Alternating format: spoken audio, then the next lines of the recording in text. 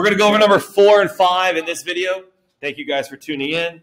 Hopefully you're watching this at 1.5 times speed or 1.7 times speed so you can watch more videos. Right? So when I talk really fast, you'll enjoy that part.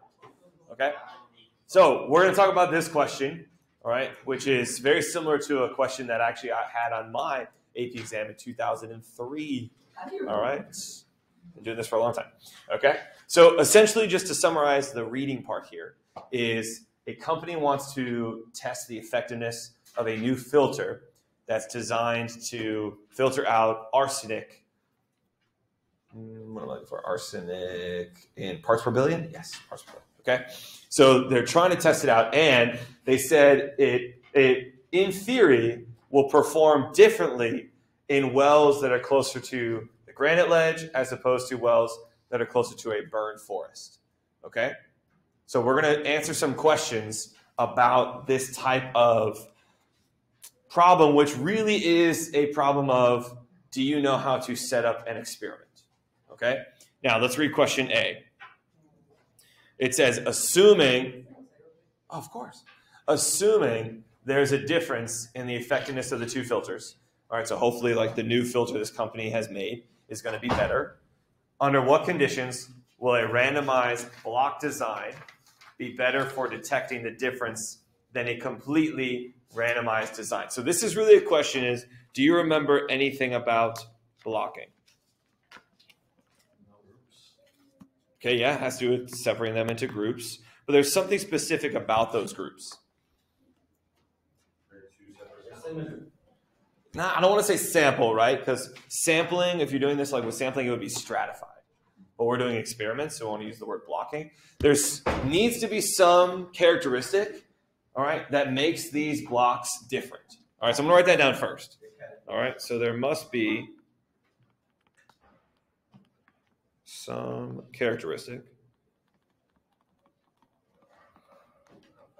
that makes these blocks different.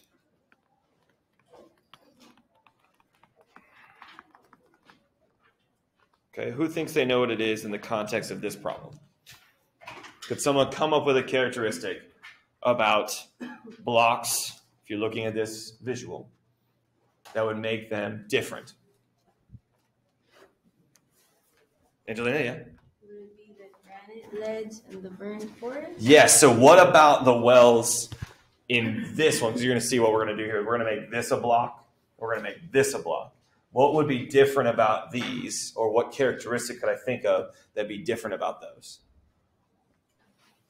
Don't think so hard, guys. What's the problem about? The distance. Not the distance. Amount of what? Arsenic. So that's the characteristic, okay? The characteristic. So for this problem, all right, we're saying the amount of arsenic needs to be different between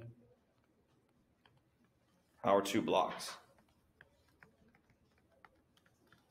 All right, now, that might be that the wells, you pointed this out, Angelina, it might be that the wells that are closer to the granite ledge have less arsenic, or it might be that the ones that are closer to the burned forest have less arsenic. I don't know, right? That's the whole point of doing this, right? The problem is that if we don't block, we won't be able to determine if the filters that the company made that are new are more effective than the old ones, or if it's just because of their relation to the granite ledge or the burned forest. So that's why we block and run two separate experiments so we can, pun intended, filter out that characteristic. Yes, does that make sense, everyone? It can be visually difficult, I will say. Even when I was 16, 17 years old doing this, it can be visually difficult to understand where the blocks are, right? The blocks need to be these horizontal blocks there. You were 16 doing it? 16, 17. Okay? Everybody okay with part A? Yes. All right, so remember, blocking, you're going to separate them by some characteristic that makes them different. In this case, it's going to be probably the arsenic level. All right, and then the key thing about blocking is that within those blocks, what are you running? Separate experiments. So think of it, if you have two blocks, you're running two unique experiments. That's part C of this question, is to actually set it up. Like, how would you set it up? Okay, let's go to part B.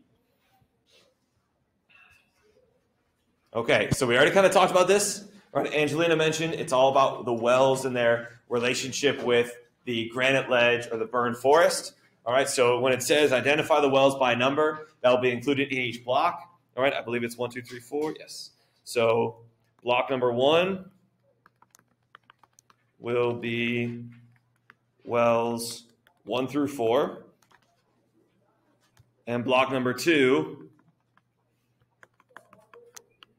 will be wells 5 through 8. All right? And why are we doing that? Why are we deciding on this to be our 2 blocks? The distance from the wells to the granite ledge or to the burned forest will impact the amount of arsenic that's in the wells. Okay? So to make sure that we can account for that characteristic, all right, we need to make sure that our blocks are the same distance from those 2 things. Aren't wells the thing that's like has water in it? Yes, I guess I should have been clear about what a well is first. Yes. Yeah. I mean, I don't know the scientific thing. I know it's a natural compound that is not good for humans. Right? You don't want to. Yeah, you don't want to drink arsenic. It's in rat poison. It's in the periodic table. Thanks for that. What's its electron cloud? Oh, remember that? Good times. Listen, I'm completely over my skis on this, guys. You know I don't do science. All right. Let's do C. This is the most fun part. This is my favorite part. Whenever I get a question like this, I know you're thinking it's silly. I find this so fun. I have so much fun with this because I get to pull out my favorite thing when you set up an experiment. Okay, you ready? Yeah. When you're doing this, we need to do what? Because we're doing blocking, we need to do what? Two separate ones. So let's start with block number 1, okay? Yeah. All right, so this is for block 1. Okay? Now, if you missed this when we read it, the company is using 4 of each type of filter to conduct the investigation. Okay, so there's 4 new filters, and there's 4 old ones. You ready for this? Okay, so tune to you. So block 1.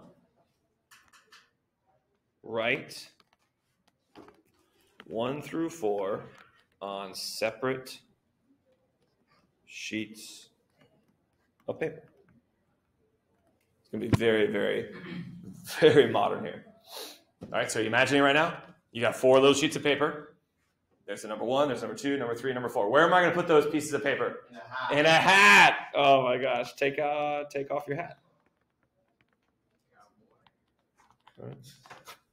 Take off your hat and put the papers in there. Then what do I need to do to the hat? Mix them up. That's right. Shake the hat. Right? If you want to play Taylor Swift, Shake It Off while you do it, that's fine. Shake the hat. That's that one Black Eyed Peas song? Shake it. Yep. Shake it like a pull it. No, that's not. That's Outkast. No, I'm thinking of, oh wait, yeah, you're right. Come on, bro. That's my senior year of high school. I don't know how I got those mixed up. Sorry. It's all good. That was a long time ago. Early 2000s. Yeah, 2003, 2004. I'm sorry. So shake the hat. Okay, shake the hat. We're mixing it. All right. Pull out a sheet of paper. Okay. Now imagine doing this, guys. You pull out a sheet of paper. What are you going to do with that paper? Let's say it says number 2. What am I going to do? Randomly assign a filter. Which one? We need to say which one. The new one. The new one. Sounds good. So for the first 2 numbers, or let's say first 2 papers, assign a new filter to that well. All right. And for the second 2, now, what if you had written for the first 2 assign old and for the second 2 assign new? That's fine. What if you had said for the first one assign new, the second one assign old, for the third one assign new, for the fourth one assign old? So I don't care, right? The AP exam doesn't care as long as it's 2 and 2 and it's randomly assigned. For the next two, assign the old filters. Now, are there going to be students that answer this question that use a random number table? Yes, there will be students that would say, use a random number table. Assign well 1 a 0, assign well 2 a 2, right? Go until you get 4 of them, right? If you get 5, 6, 7, 8, don't worry about those right now, right? Because we're not doing that. We're just doing wells 1, 2, 3, 4. Okay? I think it's easier to use a hat, personally. Any questions on this? Remember, this is just block 1, right? This is just block 1. What do I do for block 2? Exact same. Except Change the numbers. 2. 5 to 8. Excellent. So block 2. Oh no. Repeat the same procedure. Oh my gosh. A brand new notebook for the last couple weeks of school? And you're going to waste it? Yeah. Repeat the same procedure, but use numbers 5 through 8 on the slips of paper.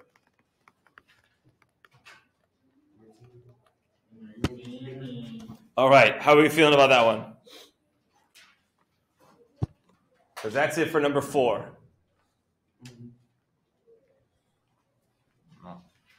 Wait. What's up?